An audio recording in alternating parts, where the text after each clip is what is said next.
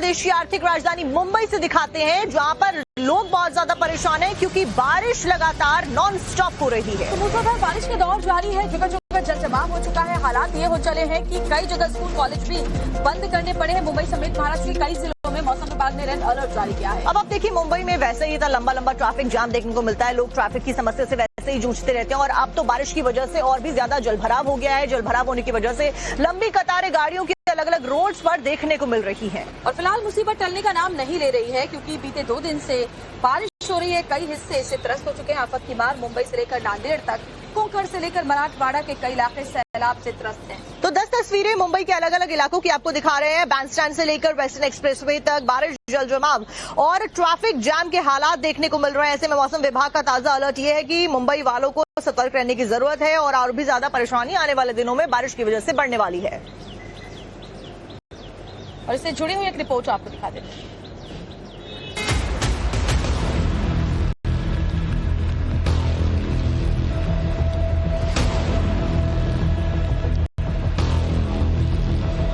ये 10 तस्वीरें देश की आर्थिक राजधानी मुंबई के हालात को बयां करने के लिए बहुत हैं। कोई एरिया, कोई रोड और कोई हिस्सा नहीं बचा जहां सैलाबी आफत का सितम नजर न आया हो।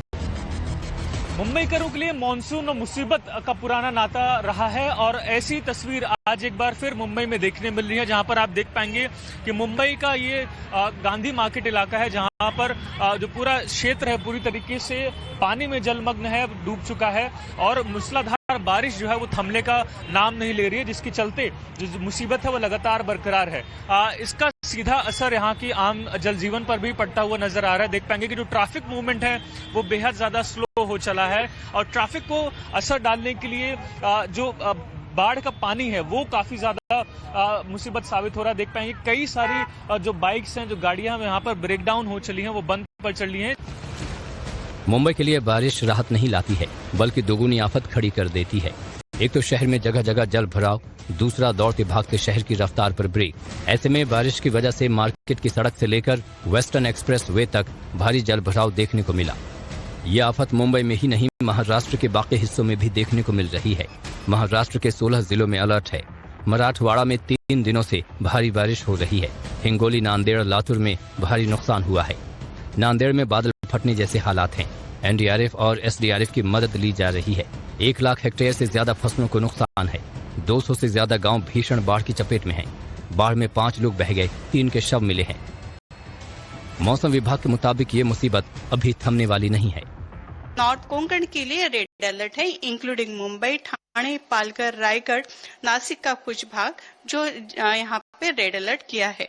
बाकी के जिलों के लिए ऑरेंज अलर्ट जारी कर दिया गया है। के लिए फिशरमैन वार्निंग भी इश्यू कर दिया गया है अगले 5 दिनों के लिए। तो फिशरमैन एडवाइजरी के अनुसार उन्होंने डीप सी में जाना मना है। ऐसे में हालात को देखते हुए प्रशासन भी एक्शन में है। सीएम देवेंद्र फडणवीस ने खुद बारिश के बाद कई इलाकों के हालात का जायजा लिया, तो वहीं स्कूल और कॉलेज बंद कर दिए गए हैं। बीएमसी द्वारा जो बच्चों की स्कूल और कॉलेज हैं उन्हें भी फिलहाल बंद कर दिया गया। इसके साथ साथ जो पुलिस अधिकारी है उन्होंने आम नागरिकों से अपील की है कि अगर जरूरी ना हो तो घरों से बाहर ना निकले और खुद को सुरक्षित रखें। वीडियो जर्नलिस्ट विनायक के साथ नीलेश शुक्ला, टाइम्स ऑफ मुंबई। और साक्षी, जब मूसलाधार बारिश होती है तो मुंबई में कई तरह की मुसीबतें और भी महाराष्ट्र में आती है। अब ठाणे की खबर आपको बताएं, भारी भरकम पेड़ यहाँ गिर गया है, जिसकी वजह से पूरी तरीके से रास्ता बंद हो गया। आपको ये भी बता दें कि पेड़ गिरने की वजह से लोगों को परेशानियों का सामना करना पड़ रहा है और पेड़ काटकर सड़क से हटाया गया है। पेड़ गिरने की वजह से बाइक को काफी ज्यादा नुकसान हुआ है। ये बड़ी खबर आपको बता रहे हैं, ठाणे में भारी भरकम पेड़ गिर गया। बारिश लगातार हो रही है, जिसकी वजह से इस तरह के हादसे सामने आ रहे हैं। और पिछले साल मानसून में याद होगा कैसे एक बड़ा होर्डिंग भी गिर गया था। और इसी खबर के ऊपर ज्यादा जानकारी लेकर हमारे संवाददाता मुंबई से राकेश त्रिवेदी हमारे साथ जुड़ गए हैं। राकेश के पास सीधा चलते। राकेश, फिलहाल क्या कुछ जानकारी, आखिरकार कितना नुकसान यहां पर हुआ है?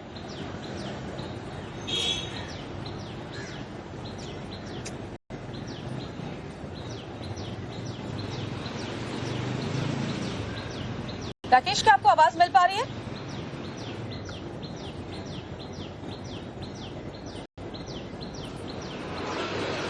शायद हमारी आवाज नहीं मिल पा रही है। भारी भरकम पेड़ गिर गया है ठाणे में और मुंबई में जगह जगह बाढ़ के हालात बने हुए हैं। तो लगातार हो रही बारिश की वजह से जल जमाव देखा जा रहा है। तस्वीरें हम आपको लगातार दिखा रहे हैं आर्थिक राजधानी मुंबई से, जहां पर कामकाज लोगों का प्रभावित होता हुआ नजर आ रहा है, क्योंकि जोरदार बारिश हो रही है और आने वाले समय में भी इससे राहत नहीं मिलने वाली है, क्योंकि मौसम विभाग ने कहा है कि सतर्कता बरतने की जरूरत है। मुंबई में पिछले 2 दिन से लगातार मूसलाधार बारिश का दौर जारी है। निचले इलाकों में जल जमाव हो गया है और ये हालात ऐसे हैं कि जगह जगह आफत की मार मुंबई से लेकर नांदेड़ तक, कुंकड़ से मराठवाड़ा के कई इलाके सैलाब से त्रस्त हैं। अलग अलग जगहों पर, चाहे वो बैंड स्टैंड हो, वेस्टर्न एक्सप्रेस वे हो, जल भराव देखा जा रहा है।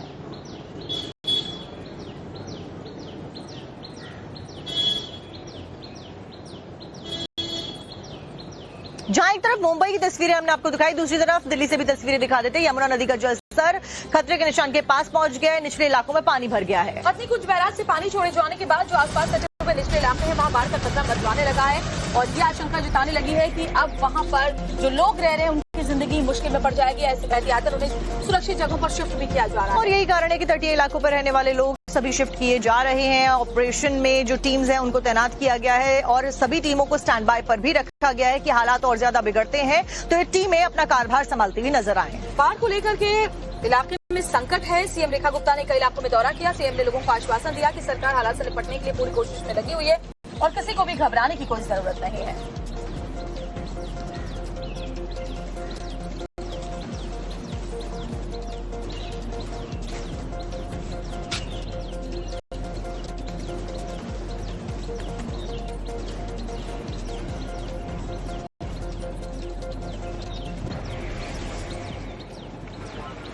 और अभी 2 तस्वीरें इस वक्त आपके सामने। इन तस्वीरों को देखकर के आप अंदाजा लगा पाएंगे किस तरह के हालात बने हुए हैं।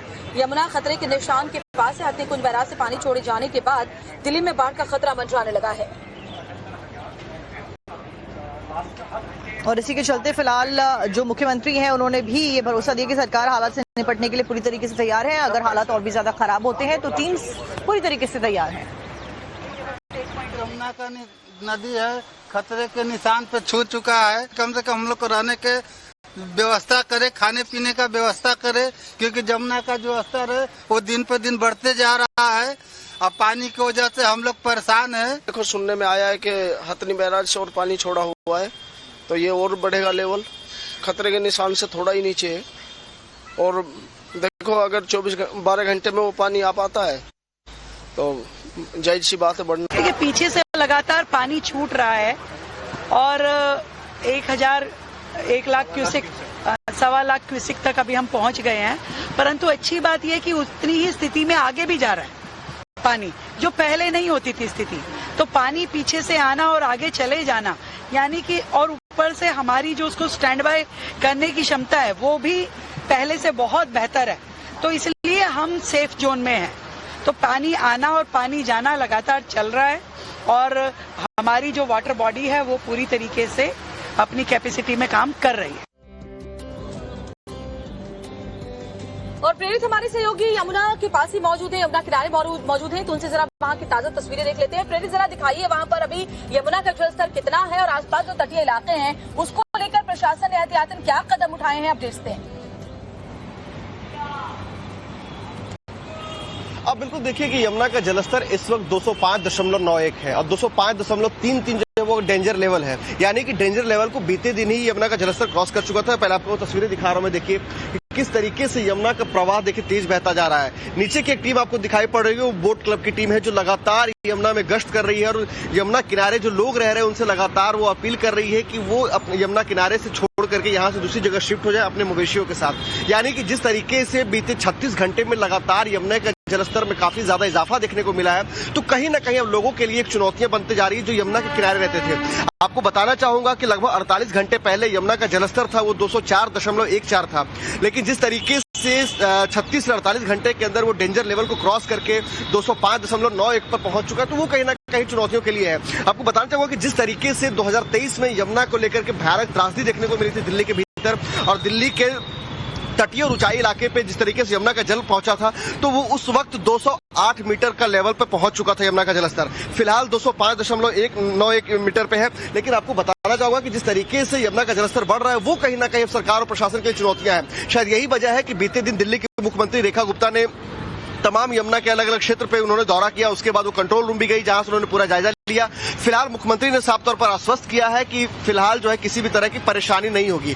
लेकिन यमुना का जलस्तर जिस तरीके से बढ़ रहा है, क्योंकि हथनी बैराज कुंड से लाखों क्यूसेक पानी छोड़ा जा चुका है, जिस तरीके से पहाड़ी इलाके में हिमाचल प्रदेश और उत्तराखंड में बारिश हो रही है, उसकी वजह से मजबूरन जो है वो बांध खोलना पड़ा और बांध की पानी का काफी ज्यादा उछाल देखने को मिला, जिसके बाद हथनी बैराज। यमुना किनारे से आपका बहुत बहुत शुक्रिया।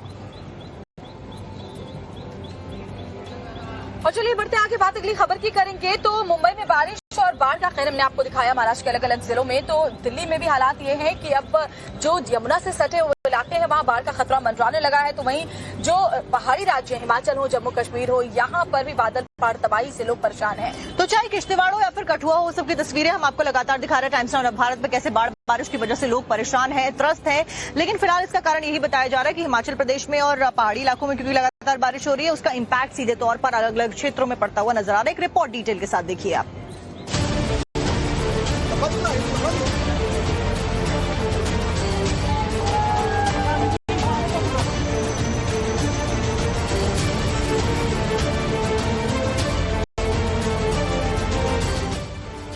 मूसलाधार आफत से सबसे ज्यादा त्रस्त पहाड़ है।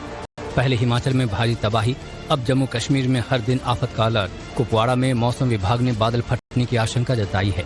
प्रशासन ने 19 अगस्त तक के लिए एडवाइजरी जारी की है। पहले किश्तवाड़ और फिर कठुआ और अब कुपवाड़ा के लिए अलर्ट। बादल फाड़ तबाही से कश्मीर के लोगों में डर है, क्योंकि बादल फटने के बाद जो तबाही है उसका मंजर डरा देने वाला है। बादल फटने के बाद कठुआ के कई गांव जो है वो प्रभावित हुए हैं। खासतौर पर जंगलोट और घाटी की बात करें तो वहां पर भारी नुकसान हुआ है। जिस जगह पर इस वक्त हम मौजूद हैं, यहां पर कभी रोड हुआ करती थी जहां से गाड़ियां, मोटर बाइक, साइकिल गुजरा करती थी। लेकिन अब ये देखिए कि सड़कों से कनेक्टिविटी पूरी तरह से खत्म हो चुका है, क्योंकि यहाँ पर पत्थर आपको कई सारे दिख रहे होंगे। इसके साथ ही मलबा यहाँ पर आप देखिए किस तरह से जमा हो चुका है। ये सड़क जो है वो सीधा आगे रोड की तरफ जाती थी, लेकिन अब ये पूरी तरह से टूट चुकी है। यहाँ पर बिजली नहीं है, लोगों से कनेक्टिविटी जो है वो खत्म हो चुकी है। किश्तवाड़ और कठुआ के हालात बादल फाड़ तबाही के बाद एक जैसे हैं। सैलाब ने तमाम इलाके, तमाम रास्ते, पेड़ों से भरे इलाके, बस्तियां, जो कुछ भी सामने आया सबको तहस नहस करके रख दिया। ये सड़क पहले सही थी बिल्कुल। हाँ, अभी कितना दिक्कत हुआ उधर पानी में से?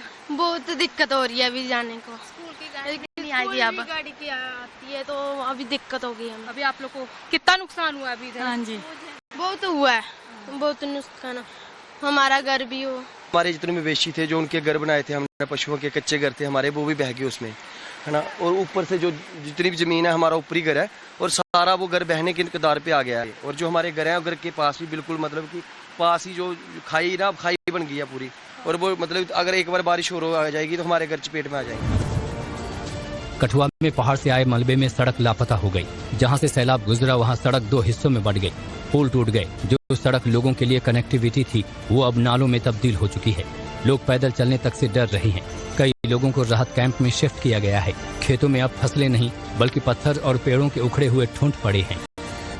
कि आप ये देखिए, यहाँ पे पहले पक्की सड़कें थी, यहाँ से गाड़ियां गुजरती थी, लेकिन अब इसकी स्थिति देखिए, इसको बनाने में भी काफी वक्त लग जाएगा। फिलहाल यहाँ पर तमाम जेसीबी मशीन है, यहाँ पर पीडब्ल्यूडी के अधिकारी मौजूद है कि किस तरह से यहाँ पर जो काम है वो शुरू किया जाए।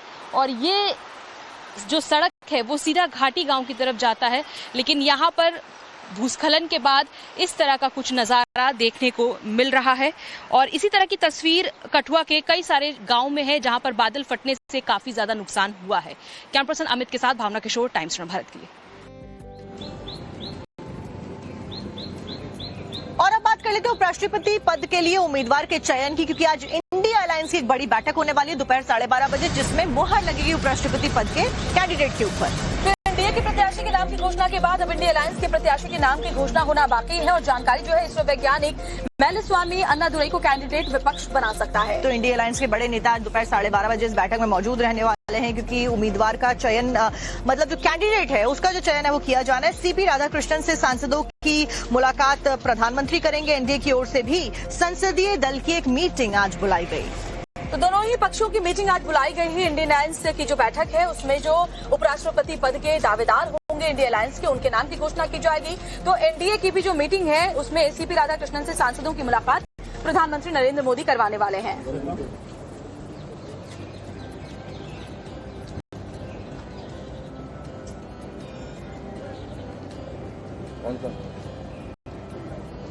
और बिहार में विधानसभा चुनाव होने वाले हैं, सभी पार्टियों ने कमर कस रखी है। राहुल गांधी भी इसको लेकर के यात्रा निकालने वाले हैं। वोटर अधिकार यात्रा से जुड़ी बड़ी खबर आपको बता देते हैं। तो राहुल गांधी ने एक बार फिर से चुनाव आयोग को चेतावनी दे दी है। इससे पहले भी वोट चोरी हो या फिर अन्य मुद्दे हो, उसको लेकर चुनाव आयोग का घेराव करते हुए राहुल गांधी नजर आए। एक बार फिर से चेतावनी दे दी गई। राहुल गांधी ने मुख्य चुनाव आयोग समेत तीनों आयुक्तों को कार्रवाई की चेतावनी दी है। तो बड़ी खबर आपको बता रहे हैं, आज नवादा पहुंचेगी राहुल और तेजस्वी की यात्रा। बिहार में वोटर अधिकार यात्रा का तीसरा दिन है आज, और इस दौरान एक बार फिर से चुनाव आयोग पर निशाना साधते हुए राहुल गांधी नजर आए।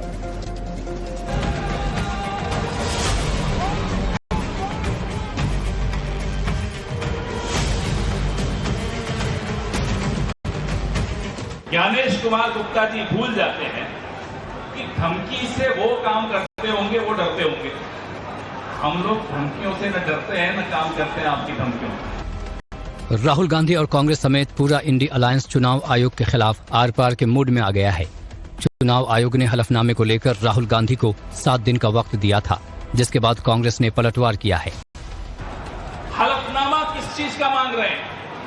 हलफनामा मांग रहे हैं कि जो कागज ज्ञानेश कुमार गुप्ता जी के चुनाव आयोग ने राहुल गांधी जी की टीम को दिए, वो कागज सही है या नहीं, उस पर हलफनामा मांग रहे हैं। अपने ही कागजों पर भरोसा है, हमें भी भरोसा नहीं है आप न आपके चुनाव आयोग। एक तरफ संसद से सड़क तक कांग्रेस और इंडी अलायंस का हल्ला बोल है, तो वहीं दूसरी ओर बिहार में राहुल गांधी ने वोटर अधिकार यात्रा के जरिए चुनाव आयोग को निशाने पर ले रखा है।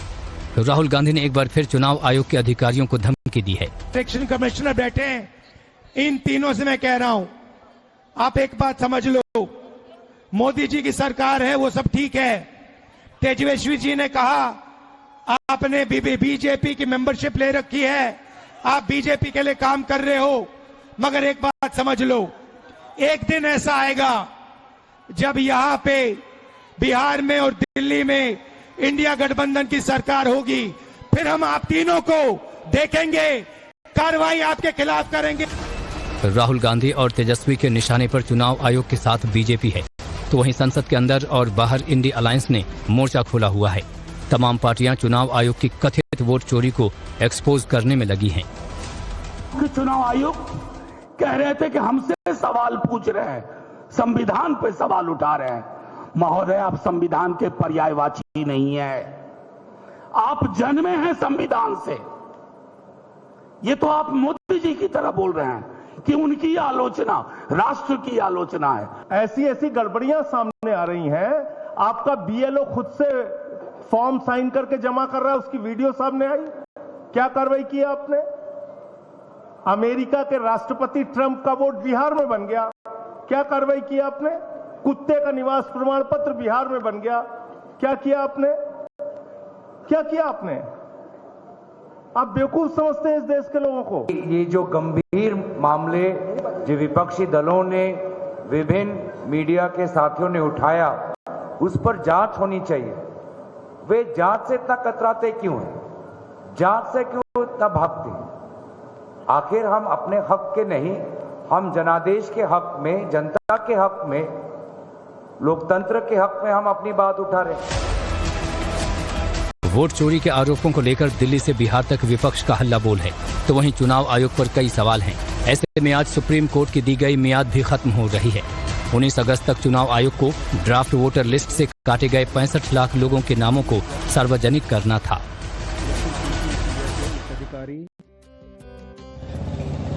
और इसी के साथ में फिर जल जमाव की वजह से लंबा जाम लग गया है। और मुंबई में सुबह से ही मूसलाधार बारिश का दौर जारी होने की वजह से स्कूल कॉलेजों को छुट्टी घोषित कर दिया गया है। प्रशासन ने सभी अधिकारियों को अलर्ट पर रहने के निर्देश जारी किए हैं। और खास करके जो मछुआरे हैं, हाई टाइड की वजह से तटीय इलाकों से दूर रहने के लिए उनसे कहा गया है, और भी जो एहतियाती कदम है वो उठाने के लिए लोगों से कह दिया गया है। ज्यादातर इलाके जलमग्न नजर आ रहे हैं। फिलहाल ये आफत थमती नजर नहीं आ रही है, क्योंकि बारिश को लेकर मौसम विभाग की तरफ से रेड अलर्ट जारी कर दिया गया है। तो अधिकारियों को हाई अलर्ट पर रहने के लिए कहा गया। मायानगरी मुंबई में बारिश अब आफत बनने लगी। लगातार हो रही बारिश के बाद में कई इलाके पूरी तरीके से जलमग्न कैसे हैं, इन तस्वीरों को जरिए देखकर आप समझ सकते हैं। और हमारे सहयोगी नीलेश शुक्ला ने एक रिपोर्ट भेजी है, वो भी आपको दिखाएंगे।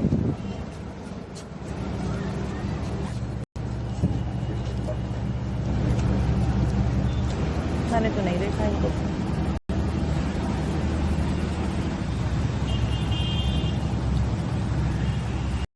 और आपको 5 तस्वीरें दिखा रहे हैं। अलग अलग 5 तस्वीरों के जरिए आप देख पाएंगे क्या हालात यहाँ पर बने हुए हैं अलग अलग जगहों पर, फिर चाहे मुंबई के इलाके हों या फिर महाराष्ट्र के अलग अलग जिले, हर तरफ मूसलाधार बारिश का दौर जारी है। तो सड़कें हो, रेलवे ट्रैक हो या फिर अंडरपासेस या सबवेज हो, हर जगह पर पानी भर गया है और आफत की बारिश लोगों के लिए मुसीबत बन रही है। आम जनजीवन पूरी तरीके से अस्त व्यस्त है। ज्यादातर जगहों पर घुटने तक पानी इकट्ठा है। स्कूल कॉलेज भी फिलहाल बंद कर दिए गए हैं।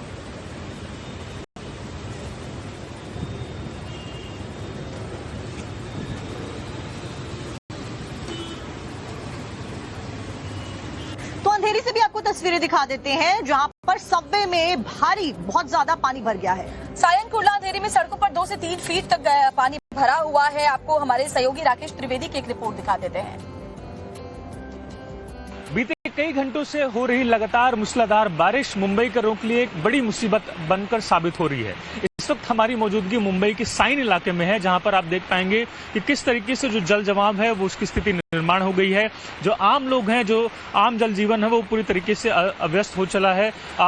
लोगों को, आम नागरिकों के साथ साथ जो स्कूली छात्र हैं उन्हें भी घुटने भर पानी में इस पूरे रास्ते में सफर करना पड़ रहा है। इसी के साथ देख पाएंगे कि जो बीएमसी के अधिकारी हैं वो भी यहाँ मौके पर पहुंचे हैं। पानी को ड्रेन करने की कोशिश की गई जा रही है लगातार, लेकिन इसमें वो कहीं ना कहीं असफल नजर आ रहे हैं। आज पहला दिन है, सोमवार है, ऐसे में जो हफ्ते का शुरुआती दिन है वही मुंबई करों के लिए मुसीबत साबित होता नजर आ रहा है। देख पाएंगे कि पूरा जो इलाका है ये साइन का लो लाइंग एरिया में इसे गिना जाता है। तमाम जो निचले इलाके हैं मुंबई शहर के, फिलहाल वहां इसी तरीके की स्थिति है जहां लोगों को घुटने भर पानी में सफर करना पड़ रहा है। जो आम ट्रैफिक है वो यहां से पूरी तरीके से डाइवर्ट होता नजर आ रहा है। देख पाएंगे कि जो आम नागरिक हैं उन्हें अपना रोजाना जो सफर है वो तय करने में पूरी मुसीबत का सामना करना पड़ रहा है। बता दें कि पहले मुंबई करों के लिए ऑरेंज अलर्ट इशू किया गया था आईएमडी द्वारा, लेकिन जिस तरीके की स्थिति निर्माण हुई है उसके बाद जो नाउ कास्ट वार्निंग है, यानी कि जो कि 3 से 4 घंटों के लिए होती है, उससे फिलहाल रेड अलर्ट में घोषित कर दिया गया है। इसी के साथ रत्नागिरी और रायगढ़ के लिए पहले से ही रेड अलर्ट घोषित किया गया था। वहीं पालघर और तमाम जो मुंबई के करीबी डिस्ट्रिक्ट्स हैं उनके लिए फिलहाल ऑरेंज अलर्ट बरकरार है। लेकिन जिस तरीके की बारिश लगातार बीते कई घंटों से मूसलाधार बारिश रिकॉर्ड की जा रही है, उससे अंदाजा है कि जो मुसीबत है मुंबई करों के लिए वो और भी ज्यादा बढ़ सकती है। वीडियो जर्नलिस्ट विनायक के साथ नीलेश शुक्ला, टाइम्स नेटवर्क, मुंबई। और हमारे सहयोगी नीलेश शुक्ला की आपने ये रिपोर्ट देखी। चलिए आपको खबर बताते हैं। हरियाणा के फरीदाबाद में यमुना किनारे स्थित बसंतपुर गांव से जब हड़कंप वहां पर मच गया, अचानक से लोगों के घरों में पानी घुसने लगा। दरअसल ये पानी इसलिए घुसा और बाढ़ जैसी स्थिति इसलिए उत्पन्न हुई क्योंकि ओखला बैराज से 50,000 से ज्यादा क्यूसेक पानी छोड़ा गया और उसके बाद में क्या तस्वीरें सामने आई आप भी देखिए।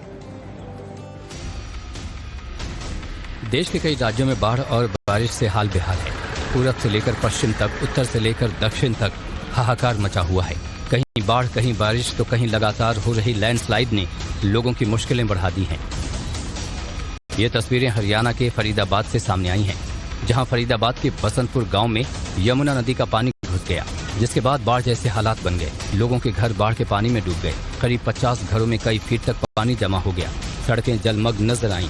बाढ़ के पानी ने लोगों के घर, दुकान, मकान, खेत खलिहान सभी को अपनी चपेट में ले लिया, जिसके चलते लोगों को परेशानियों का सामना करना पड़ रहा है। आलम यह है कि लोग न चाहते हुए भी अपने आशियाने को छोड़कर सुरक्षित जगहों पर जाने को मजबूर हैं। बता दें कि यमुना नदी का जलस्तर तेजी से बढ़ रहा है। यमुना खतरे के निशान के ऊपर बह रही है, तो वहीं लगातार जलस्तर बढ़ने के कारण दिल्ली का ओखला बैराज ओवरफ्लो हो गया। ओखला बैराज से करीब 60,000 क्यूसेक पानी छोड़ा गया, जिसका असर बसंतपुर गांव में दिखा, जिसकी तस्वीरें आपकी आंखों के सामने हैं, जिसमें आप साफ साफ देख सकते हैं कि पूरा इलाका बाढ़ के पानी में डूब चुका है। जनजीवन अस्त व्यस्त है। ये पहली बार नहीं है जब फरीदाबाद का बसंतपुर गांव यमुना नदी में आई बाढ़ के चलते डूब गया।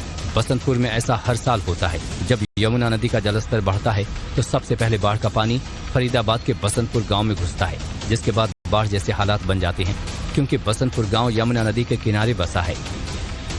फिलहाल प्रशासन की तरफ से घरों को खाली करने का आदेश दिया गया, तो वहीं लोगों को सुरक्षित जगहों पर पहुंचाने का काम किया जा रहा है। जिला प्रशासन की टीम मौके पर मौजूद है। एनडीआरएफ और स्वास्थ्य विभाग समेत तमाम टीमों ने मोर्चा संभाला है, ताकि लोगों को किसी तरह की कोई दिक्कत न हो। खबरों में यूपी के गाजियाबाद की, जहां पर एक बार फिर से बुलडोजर एक्शन देखने को मिला है। बुलडोजर गरजा है अवैध अतिक्रमण के ऊपर। और जब भूमाफियाओं का सामना पुलिस से हुआ तो कैसे ये भूमाफिया थर थर कांपने लगे, आपको भी दिखाते हैं रिपोर्ट में।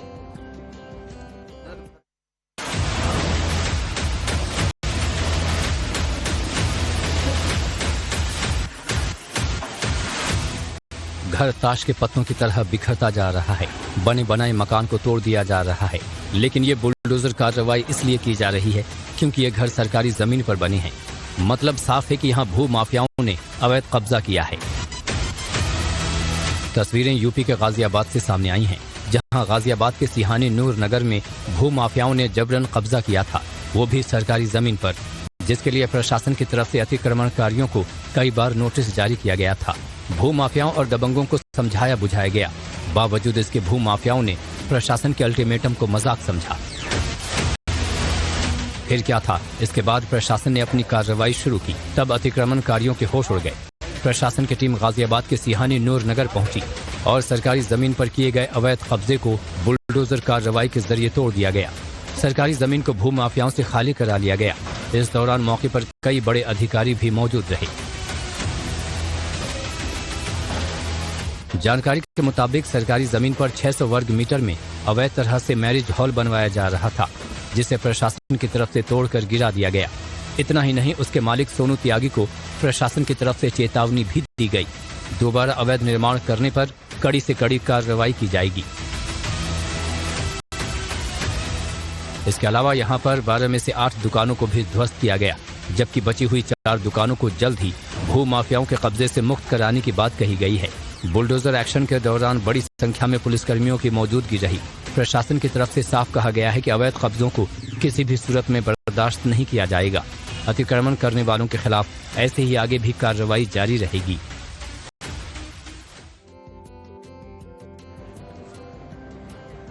भारतीय अंतरिक्ष यात्री और ग्रुप कैप्टन शुभांशु शुक्ला ने दिल्ली में प्रधानमंत्री नरेंद्र मोदी से मुलाकात की। इस दौरान उन्होंने अपने अंतरिक्ष के जो अनुभव थे वो प्रधानमंत्री नरेंद्र मोदी के साथ साझा किए, जिसके बाद में पीएम नरेंद्र मोदी ने भी शुभांशु शुक्ला की जमकर सराहना की। यहाँ तक कि एक ट्वीट करके, पोस्ट करके एक्स प्लेटफॉर्म के जरिए उनके द्वारा एक संदेश भी दिया गया। आपको दिखाते हैं।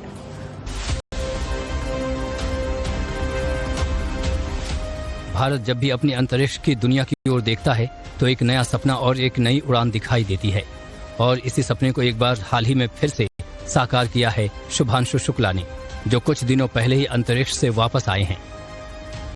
अंतरिक्ष से वापस आने के बाद भारतीय अंतरिक्ष यात्री और ग्रुप कैप्टन शुभांशु शुक्ला ने पहली बार पीएम मोदी से मुलाकात की। इस दौरान उन्होंने पीएम मोदी को अपने अंतरिक्ष स्पेस स्टेशन तक की यात्रा के अनुभव को बताया, जिसके बाद पीएम मोदी ने शुभांशु शुक्ला को बधाई दी। उनके साथ प्रधानमंत्री की कई तस्वीरें भी सामने आई हैं, जिसमें शुभांशु शुक्ला पीएम मोदी के बिल्कुल बगल में खड़े नजर आ रहे हैं। शुभांशु से मुलाकात के बाद पीएम मोदी ने ट्वीट कर इसकी जानकारी भी दी। ट्वीट करते हुए प्रधानमंत्री ने लिखा, शुभांशु शुक्ला के साथ मेरी बहुत अच्छी बातचीत हुई। हमने अंतरिक्ष में उनके अनुभवों, विज्ञान और प्रौद्योगिकी में प्रगति और भारत के महत्वाकांक्षी गगनयान मिशन समेत कई विषयों पर चर्चा की। पूरे भारत को उनकी इस उपलब्धि पर गर्व है। अब आपको बनासकांठा लेकर चलते हैं, जहां पर पलनपुर आबू रोड पर खेमाड़ा टोल प्लाजा जो है वहां पर किसानों को देखा गया और उनके द्वारा यहां पर हजारों की तादाद में उतरकर प्रदर्शन किया गया। किसानों ने सरकार के खिलाफ प्रदर्शन किया, टोल प्लाजा फ्री करने की मांग की, और अगर उनकी मांगे नहीं मानी गई तो बड़े आंदोलन की चेतावनी भी किसानों ने सरकार को दी है।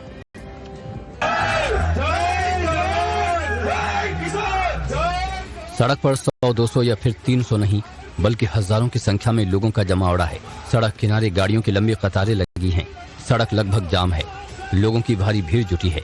ये तस्वीरें गुजरात के बनासकांठा से सामने आई हैं, जहां बनासकांठा के पलनपुर आबू हाईवे पर हजारों की संख्या में लोग सड़कों पर उतर आए और जमकर विरोध प्रदर्शन किया।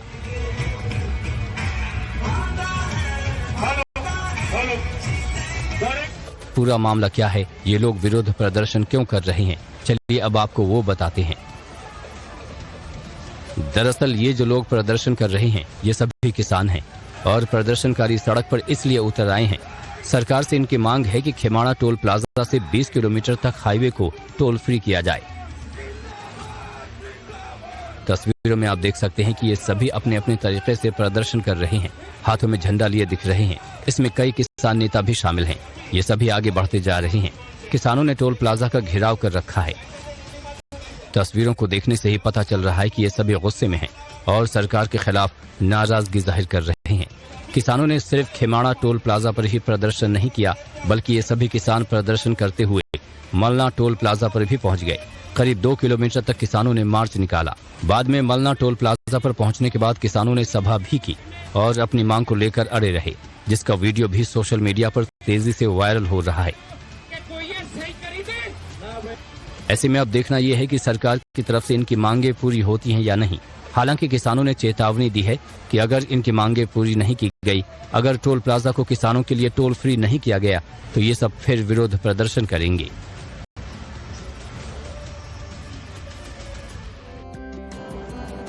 और खबरें कुछ और भी आगे आपको दिखाएंगे। फिलहाल रुकेंगे एक छोटे से ब्रेक के लिए। आप बने रहिएगा हमारे साथ, क्योंकि आगे आपको दिखाने वाले झटपट अंदाज में देश दुनिया की तमाम बड़ी खबरें। When the stakes are high and the answers are elusive, there's one voice unafraid to challenge the status quo.